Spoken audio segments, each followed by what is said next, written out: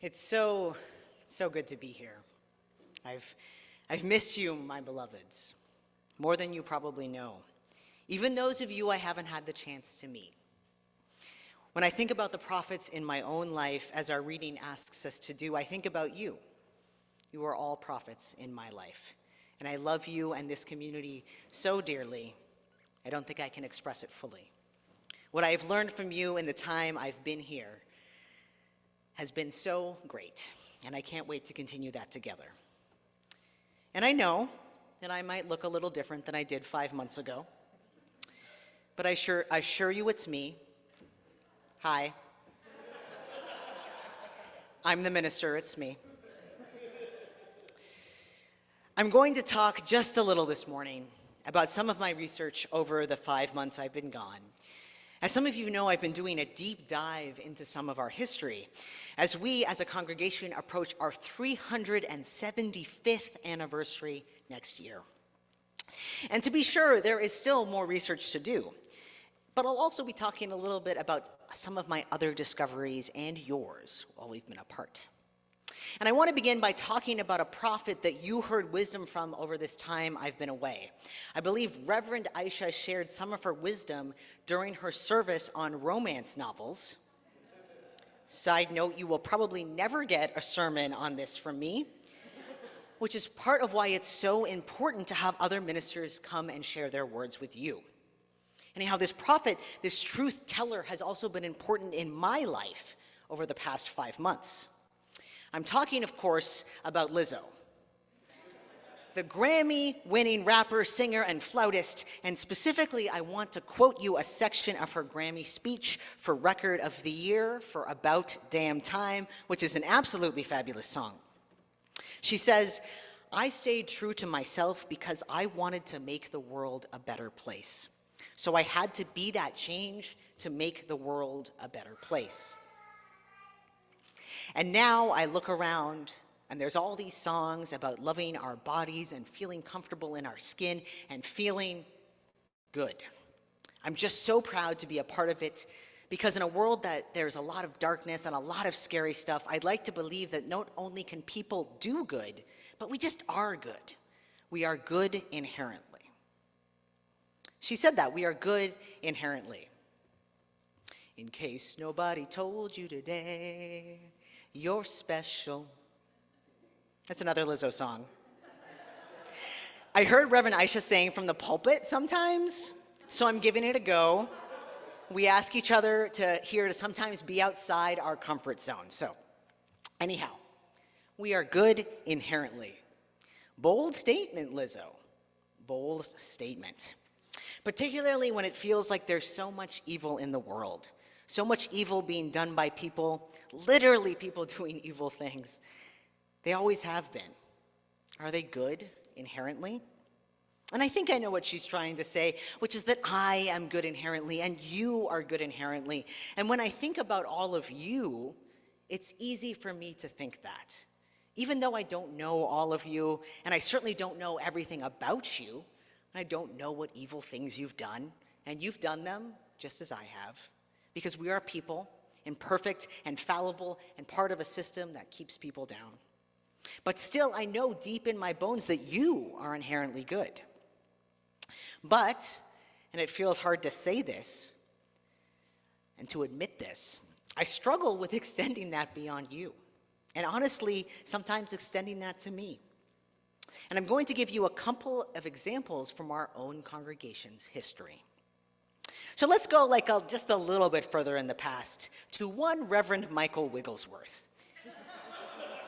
the second minister of this congregation who served this church from 1645 all the way until his death in 1705.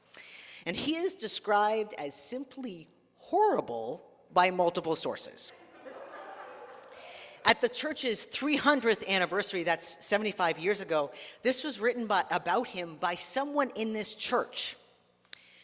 The theology of the second minister, the Reverend Michael Wigglesworth, was a true embodiment of all that was terrible.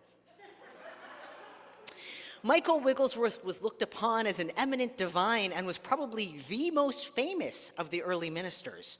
His noted poem, The Day of Doom, was the great New England epic of the 17th century. A horrible nightmare presenting with terrible realism the beliefs and fears of Puritan New England, described in detail the old-fashioned sulfuric hell, not omitting the cozy room prepared for innocent babies. It was probably years before its cruel influence disappeared from people's minds and hearts. The introduction to his diary from 1964, in this introduction, it's written about him. So closely does Michael Wigglesworth approximate the unhappy popular conception of our 17th century forebears that he seems more plausible as a satirical reconstruction than he does as a human being. His very name, to anyone not familiar with its illustrious history, must suggest a caricature, and the suggestion is sadly borne out by the diary and supported by all that can be ascertained about him. That's our second minister, people. This was not a happy man, and certainly not a man who saw himself or people as inherently good. This is a man who, to this day, is actually probably our most noted and influential minister. So that should really give us some pause. Writing about his lustful attraction to his male students who were his contemporaries, in his diary in code, he wrote this in his diary, and this was coupled with stanzas in his famous poem about how no one is hidden from final judgment. It was so clear he was in so much pain. And it leads me to believe that Reverend Wigglesworth did not believe that there was such a thing as people being inherently good, not for other people and certainly not for himself. And so here's the thing for me. Sometimes I feel like I want to agree with that, especially when it comes to these early settlers and ministers in Malden, even the ones who weren't so terrible, to quote the words of our forebearers, as Wigglesworth was. Going back even further in our church's history to the first minister, Reverend Marmaduke Matthews. These ministers have great names, right? Reverend Marmaduke Matthews was decidedly less Puritan in his theology, so much so that the Massachusetts Bay Colony attempted to remove him, because of course there was no such thing as separation of church and state then. They attempted to remove him from his position as minister in Malden for, get this, weak and unsafe preaching. I love this, unsafe preaching. What might happen if you hear those sermons? I couldn't find any, I'm still looking. They're so unsafe. But by weak, we can assume it's not because he had boring delivery, but rather what they would consider bad theology. And what was this bad theology, you ask? Well, doubt in the Trinity of God, among other things. So let me clarify this to those of you without a history of Christianity. The Trinity refers to God in three parts: God the Father, or parent, God the Son, Jesus Christ, and God the Holy Spirit. Now, if he doubted that Jesus himself was God, that was the belief of our original Unitarian ancestors. That is, those people who come before us Unitarian Universalists, which is a radical thing to believe in this day and age for Christians, and was totally unsafe in the 1600s. Yet, yes, our first minister of this church was a proto-Unitarian. It's kind of cool. Anyhow, I'm getting away from my point, which is that the government tried to remove him for his weak and unsafe preaching. And it was the women in the congregation who bound together to get him to stay. An act of women's empowerment in those early colonial days, and some say it was the first one. When I hear this, I get this little piece of pride and excitement at this congregation that certainly Reverend Wigglesworth doesn't give me. Reverend Marmaduke Matthews, he's got this kind of radical theology for his time, and still was he inherently good. Early Massachusetts Bay Colony was a slave society built on stolen land. One that demeaned and stole from the people who lived here, one who not only used black and indigenous people and their bodies for slave labor, but also profited immensely from the Atlantic slave trade and plantations in the South and Caribbean in places like modern-day Haiti and Jamaica. Marmaduke Matthews himself visited the Caribbean right before he came to Malden to become its first minister. And yet his unsafe preaching was not about those evils, as far as I can tell, or this questionable acquisition of land, but his feelings about the divinity of Jesus Christ and free will. Now, it's easy to say we should judge people according to the time they were in. Everyone was pro-slavery back then. Everyone believed the land rightfully belonged to the European race, right? Wrong. We know that enslaved people were not pro-slavery. They were constantly running away, trying to find their freedom, with devastating consequences if they got caught. And as for the indigenous, well, let me tell you about a few more prophets of the past, those whose land we're on. Okay, so the website of the city of Malden states that we're on the land of the Pennacook people, but that isn't completely accurate. What came before on this land, that this land was acquired by Europeans, is not entirely known. What is currently Malden and the surrounding towns was most likely a pass-through space, not a developed area. Various sources, indigenous and not, list many different peoples and communities as having lived here. These sources list the Pawtucket, the Massachusetts, the Namquag, the Abenaki, Nipmuc, and even Wampanoag as having lived here or claimed part of this land as theirs, which of course had a different meaning to these people who lived here. But here's what we do know. Disease and warfare killed many who lived in these parts due to the arrival of the Europeans.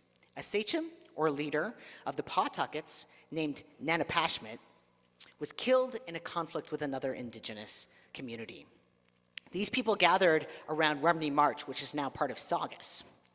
And his widow, known only as a derogatory French word for woman, sachem, took over the leadership of these people. And she married somebody named Webquit.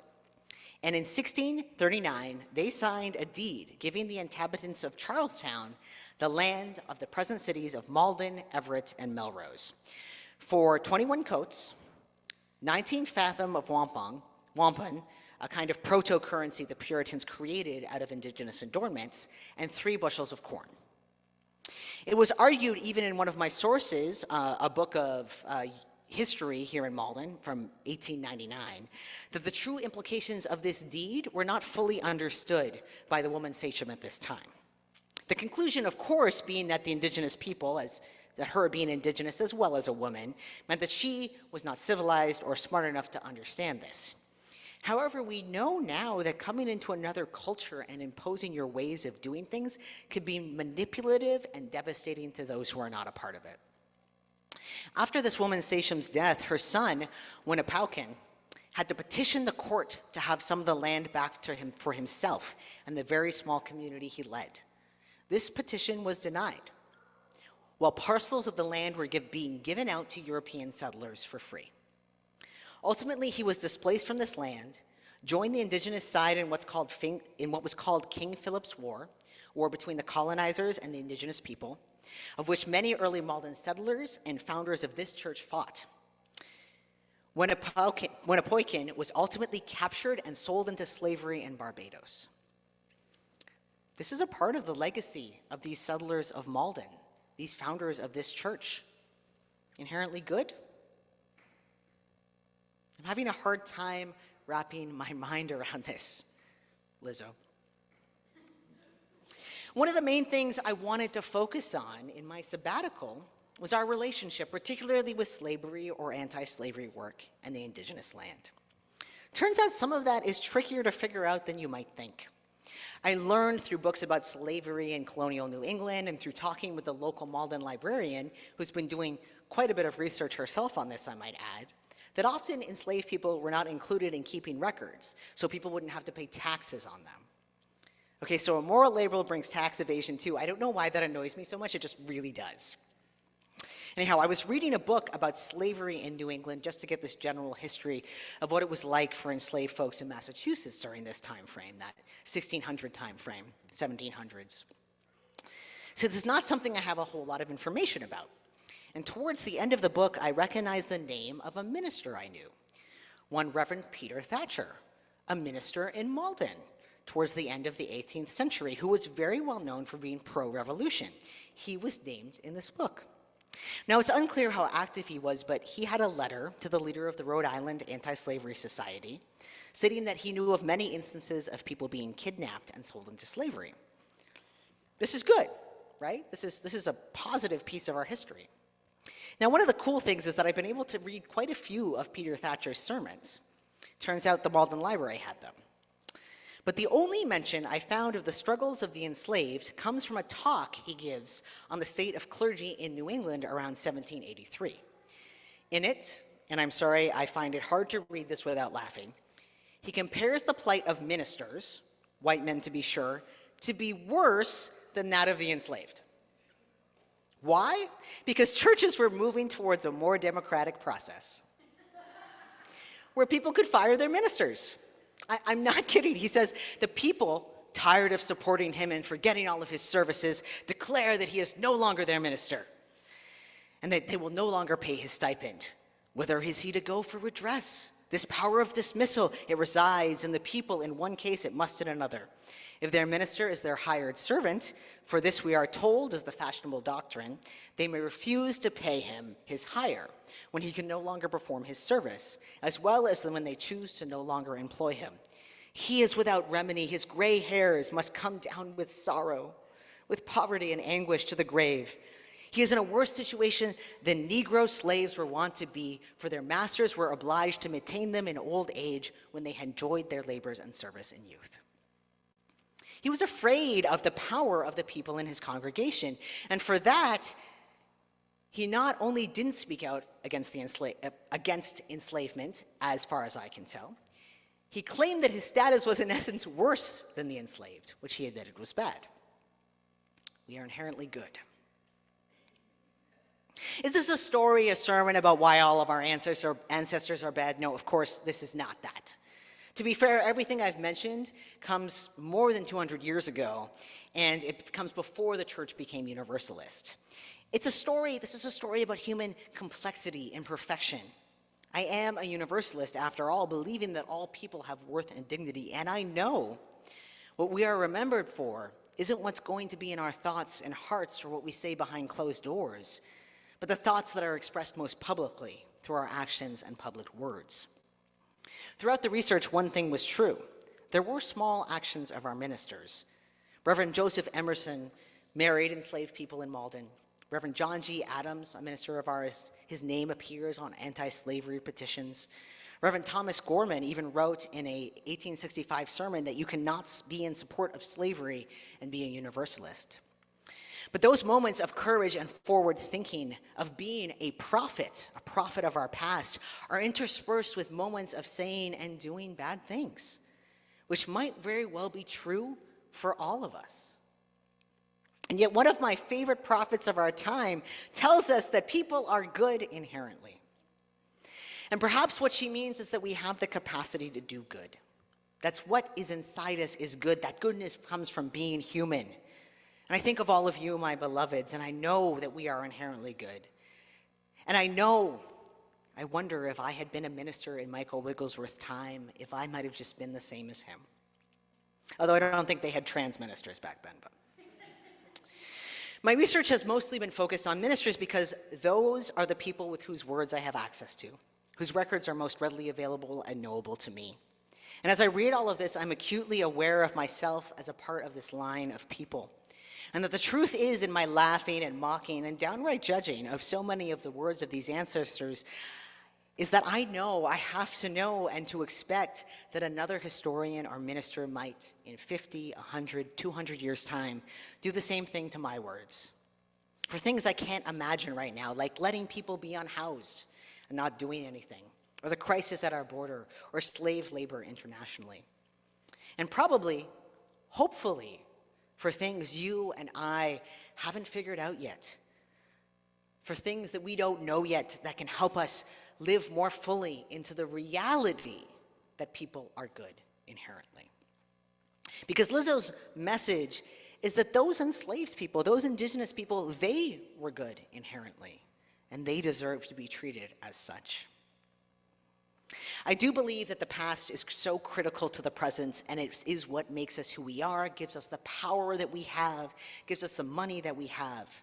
You can't separate it from the present.